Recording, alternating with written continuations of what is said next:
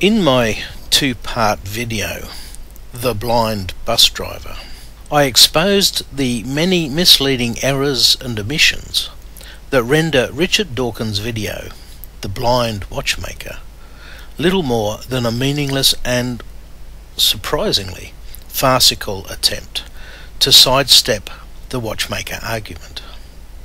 Now, after watching it, somebody suggested I do the same for a little YouTube video by CDK007 called Evolution is a Blind Watchmaker. Now, initially I didn't think it was worth the effort, but it appears many people may be taken in by the illusions it creates, and for this reason alone it is worthwhile exposing the grossly misleading illusions the video Evolution is a Blind Watchmaker creates. Especially the illusion it even begins to address the real watchmaker argument, let alone answer it. The video begins to mislead from the very start. Indeed, in its very introduction, it renders the whole video as irrelevant, meaningless, and of no consequence. You see, it does not even address the actual watchmaker argument. The true watchmaker argument merely uses a watch as an easily understood example of an irreducibly complex system and structure in which all the components must be present and operational before the design of any of the components has meaning, purpose, or benefit. The point of the argument is that there is no logical or rational way irreducibly complex systems and structures can evolve slowly over time, bit by bit. The components themselves are pre-designed for a purpose that only has meaning in a system or structure that does not exist until all of its components have been equally designed, constructed, and assembled. In other words, irreducibly complex systems and structures, of which a watch is a quite simple example, must first be designed in their entirety before even the components of it can be constructed, because they must be designed and constructed for a future purpose that only exists once the entire system or structure is existent and operational. For example, in the video, CDK007 conveniently works on the assumption all the necessary cogs, springs, etc. just happen to exist. This is because the argument he is addressing is not the actual watchmaker argument. Now, any watchmaker can tell you that every cog and spring, etc., is especially designed and constructed for a particular position in a particular watch or clock of a particular size and design. The watch or clock will never function until all of the components designed for that specific watch or clock are designed, manufactured, and installed in the positions and manner for which they have been specifically designed for that watch or clock. All this talk about smashing watches and having them reassemble themselves is indeed a strawman argument. But what CDK007 fails to mention is that it is his strawman argument, created by himself or other proponents of evolution, not the proponents of intelligent design. It tries to pretend the argument is all about reassembling smashed watches, because it has no valid argument to explain how the watch could evolve in the first place to be smashed. Essentially, it cheats by arguing on the basis that all the carefully designed components of the watch already magically exist and do not themselves first have to be evolved bit by bit before they can be used. So even at the very beginning of the video, it immediately renders itself meaningless and irrelevant by not even addressing the true watchmaker argument of intelligent design at all.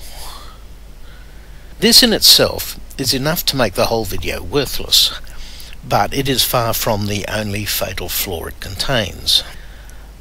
Here are a few others. The next fatal flaw happens immediately after the first one, when CDK007 tries to separate the theory of evolution from abiogenesis, the origin of life itself, while trying to use evolution as a counter-argument to intelligent design being the origin of life. If you are going to argue evolution as the origin of all living species, then it has to explain how life itself could evolve. If evolution theory does not begin with the inanimate matter, it disqualifies itself from any argument as to the origin of all and any life on Earth. Intelligent design theory has an answer for the existence of all life on Earth, but without any way to explain abiogenesis, evolution theory has no explanation for any life on Earth. It's no wonder that CDK007 wants everybody to just ignore the fact that evolution theory has no answer for the existence of life itself in any form. By expressly dropping abiogenesis from the argument, this video disqualifies itself as any counter-argument against intelligent design. Intelligent design answers the question, where did life on Earth come from?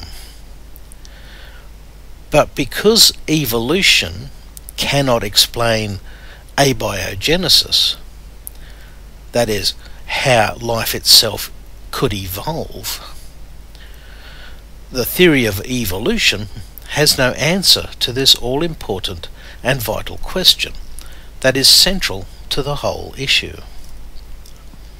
The next fatal flaw I noticed is that the video claims to disprove its own strawman argument based on a computer program created by CDK007 himself. Now, I'm working on the assumption that CDK007 is a male. He even quickly flashes a few largely unreadable pages of what appears to be programming code rapidly across the screen. Pretty much impossible to read, but it makes no difference. I'm an ex-IT professional, and we have in the trade an oft-quoted acronym, GIGO. It stands for garbage in, garbage out. It's to remind ourselves in the trade that computers are basically dumb machines. They will do whatever you tell them to do. They just do it incredibly fast. For instance, I can program a computer to tell you that 2 plus 2 equals 5. And every time you enter 2 plus 2, it will tell you the answer is 5, because that is what it is programmed to tell you. When somebody tells you they have written a program that confirms what they want you to believe, just remind them of GIGO. If the program they put in is garbage, then the result it produces will be garbage. And if what CDK007 has put in his program is based on the arguments he has put forward in this video, then the program will contain both fatally flawed logic and fatally flawed data. That is, there's garbage going in, it's just going to be garbage coming out. I noticed later on I had to smile when I saw CDK007's reasons why clocks are not a valid example of how evolution works. He points out that firstly, clocks do not reproduce. Clocks do not mutate. Thirdly, clocks are not subject to natural selection. And fourthly, the components of clocks do not have natural affinities for each other. Then, having given all these reasons why clocks cannot be used to demonstrate evolution, he endeavours to prove evolution is possible by using a scenario in which clocks reproduce, mutate, are subject to a type of, inverted commas, natural selection, and whose components have an affinity for one another. I'm sorry, but you can't make a valid argument based on the same principles you have just claimed makes those arguments invalid. This doesn't even rise to the dignity of being an error of circular logic.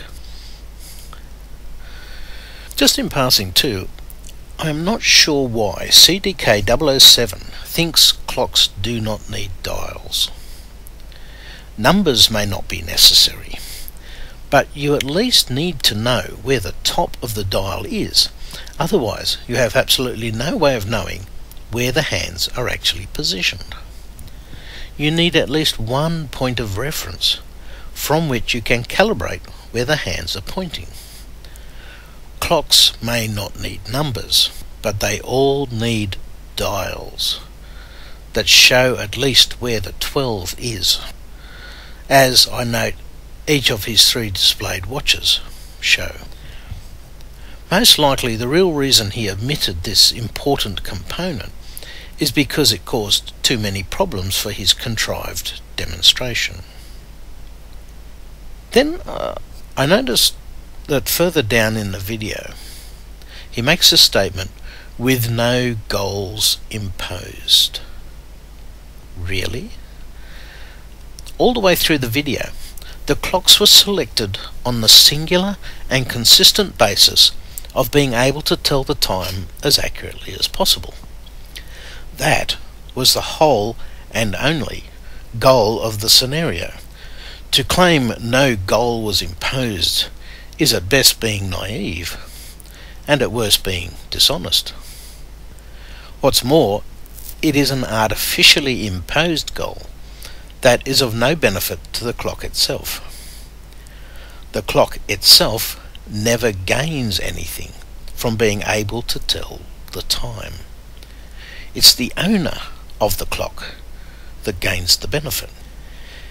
In fact, the ability of the clock itself to exist, survive and thrive never forms part of the equation at all, which is another fatal flaw in the whole meaningless exercise.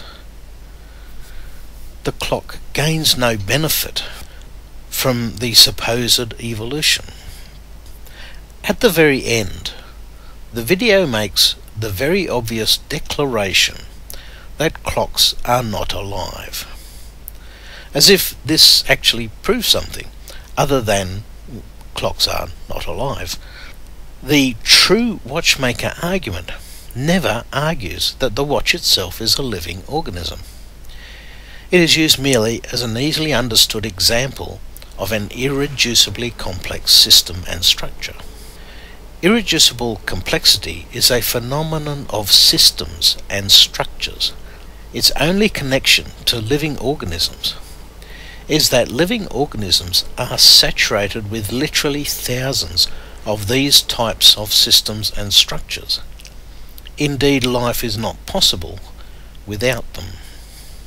But seeing as CDK007 excluded abiogenesis from his argument at the very beginning of his video, he cannot now appeal to life itself as an argument, as he offers no explanation how life itself evolved from non-living matter.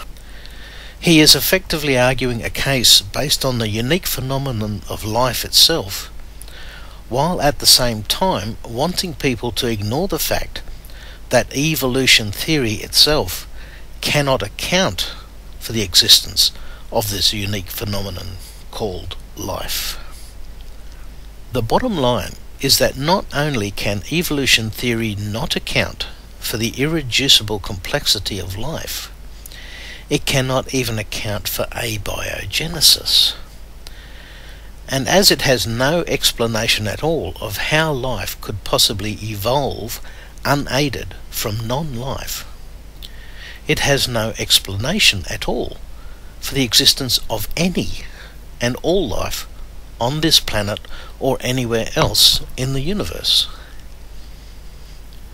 I have not addressed all of the fatal flaws in CDK007's video, just enough to abundantly demonstrate it as a totally meaningless exercise in argument by misleading illusion. That the Watchmaker argument is totally fatal to the theory of evolution is beyond question. The real question to be asked here is, why is it that CDK007 and even Richard Dawkins feel that the only way they can respond to the Watchmaker argument is by creating deceptive illusions? But I too will end my video with the words, think about it. Think very carefully about it. Thank you.